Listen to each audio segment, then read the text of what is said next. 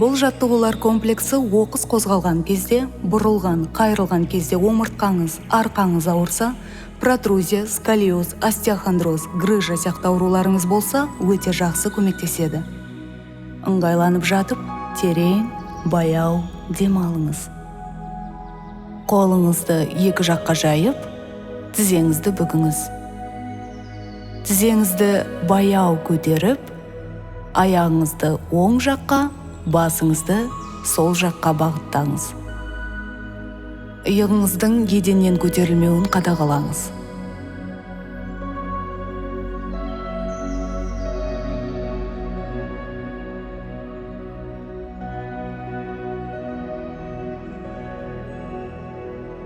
Жаттығуды ары қарай жалғастырамыз. Ендігі кезекте аяғыңызды сол жаққа, басыңызды оң жаққа бағыттаңыз. Мейлінше тізеңізді еденге тигізуге тырысыңыз.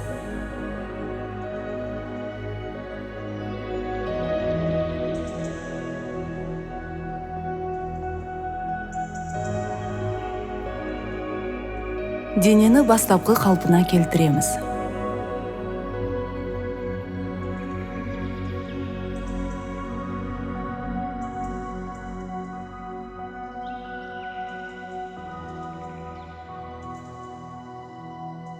Енді алғашқы жаттығуды сәл түрлендіріп, бір ғана аяқпен жасап көреміз.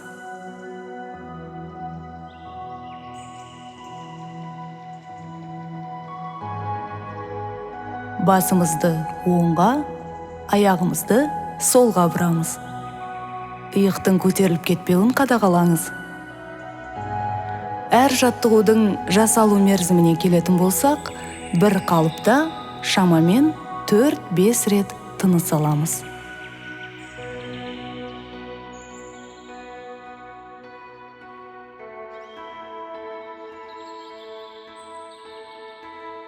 Дәл солай екінші аяққа қайталаймыз.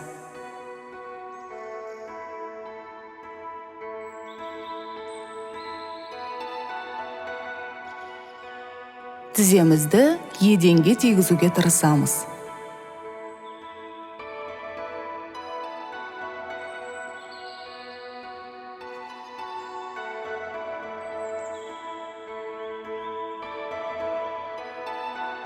Жаттығуымыз аяқталды.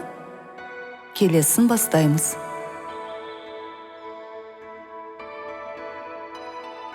Қолыңызды түзу қойыңыз. Тізеңізді бүгіңіз. Кеудені мүмкіндігінше жоғары көтеріп, иығыңызды беліңізге жақындатуыңыз керек.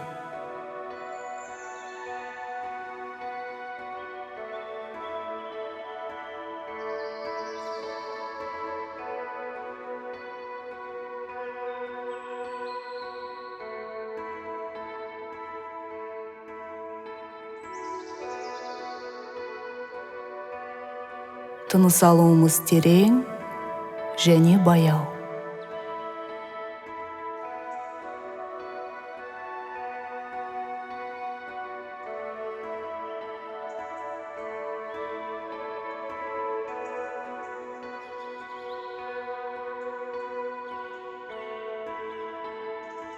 Жаттығуымыз аяқталды.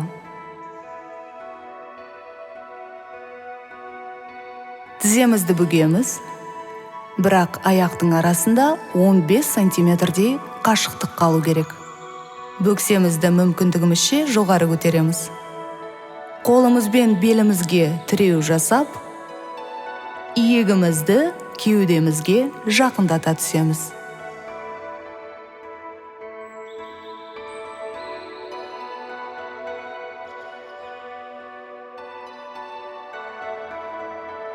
Жаттығудан ләззат аламыз.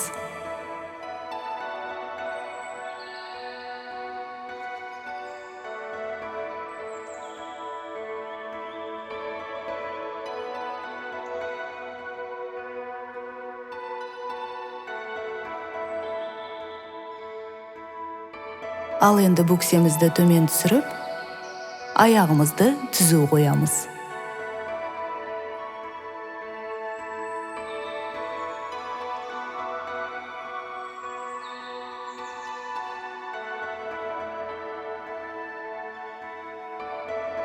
Аяғымызды түзу жоғары көтереміз. Тіземізді кеудемізге жақындатамыз. Екі қолымызбен тізені қапсыра құшақтап, тыныс шығара отырып, басты тізеге жақындатамыз.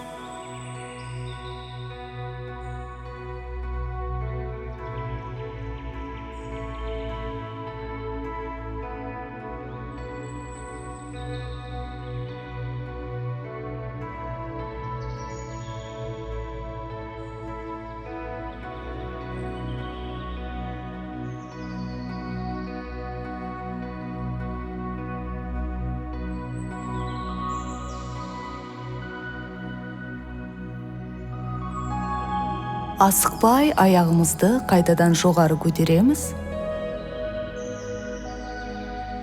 және бастапқы қалыпқа келтіреміз. Келесі жаттығу үшін екпетіңізден жатыңыз.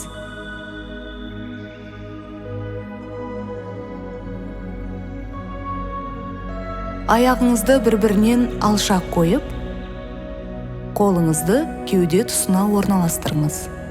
Тыныс ала отырып, кеудені жоғары көтереміз. Бұл жаттығу сізге кобра жыланын елестетуі тиіс.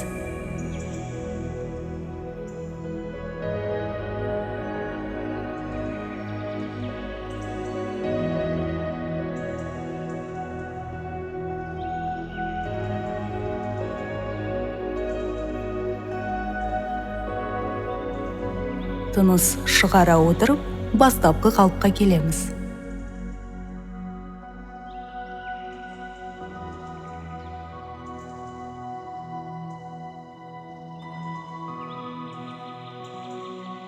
Жаттығуымызды түрлендіреміз.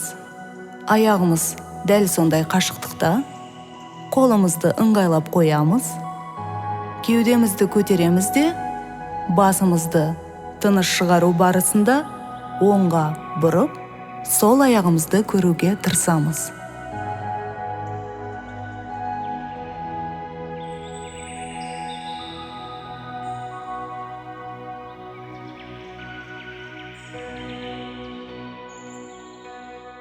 Дәл сол жаттығуды керісінше жасаймыз. Басымызды солға бұрып, оң аяғымызды көруге тырысамыз.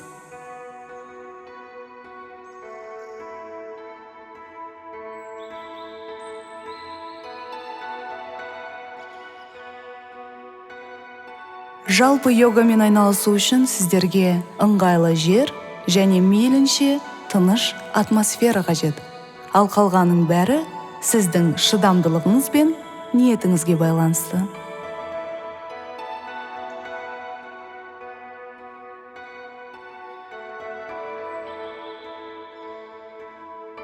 Келесі асананы бастаймыз. Қолымызды артқа қайырып, жамбас тұсынан біріктіреміз. Осы қалыпты сақтай отырып, аяғымызды, басымызды тыныс алу барысында жоғары көтереміз. Байқасаңыздар, жаттығуларымыз күрделеніп келе жатыр.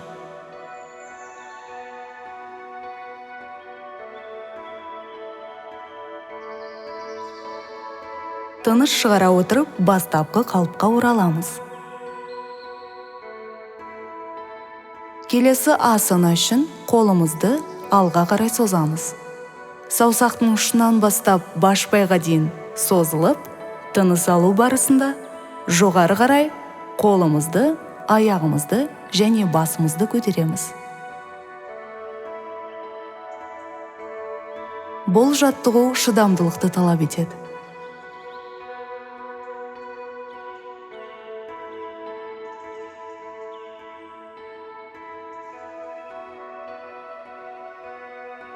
Тыныс шығара отырып, бастапқы қалыпқа ораламыз.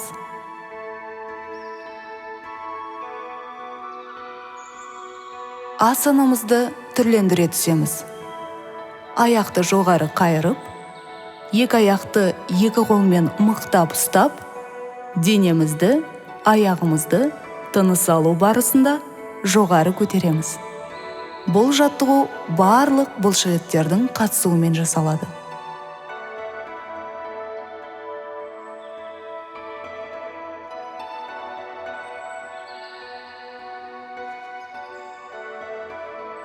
Тыныш шығара отырып, бастапқы қалыпқа оралыңыз.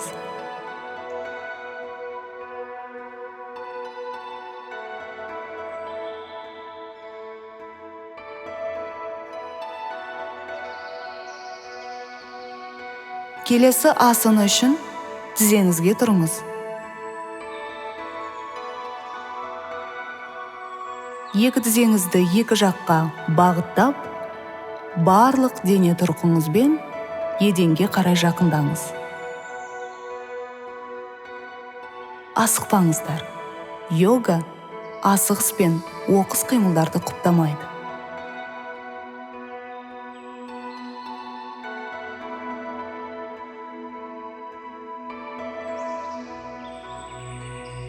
Терең және баяу демалуды ұмытпаймыз.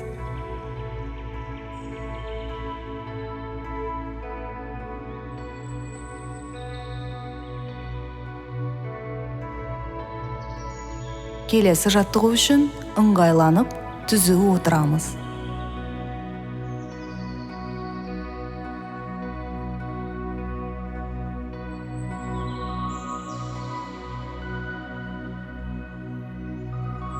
Тізерлеп тұрып, арқамызды дөңес етіп, жоғары көтереміз.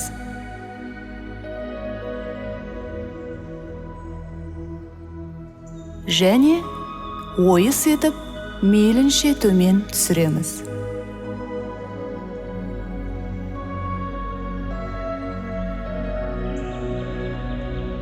Тағы бір мәрте қайталаңыз. Тыныс алыңыз.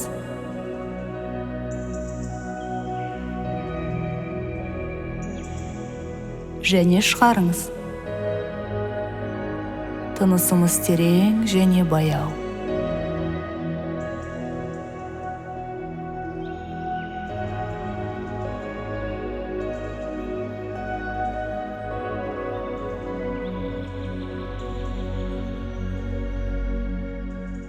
Келесі асанын орындау үшін тізерлеп тұрамыз. Асықпай екі тіземіздің ортасын ашып, оң қолымызбен оң тірсекті, сол қолымызбен сол тірсекті ұстаймыз. Және артқа қарай баяу қайырыламыз. Егер қандайда бір медициналық көрсеткіштерге байланысты басыңызды артқа қайыруға рұқсат болмаса, онда басыңызды түзу ұстаңыз.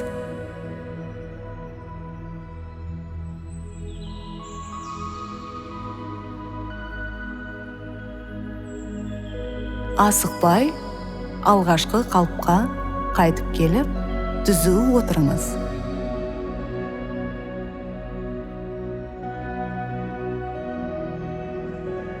Осымен бүгінгі жаттығулар комплексі аяқталды.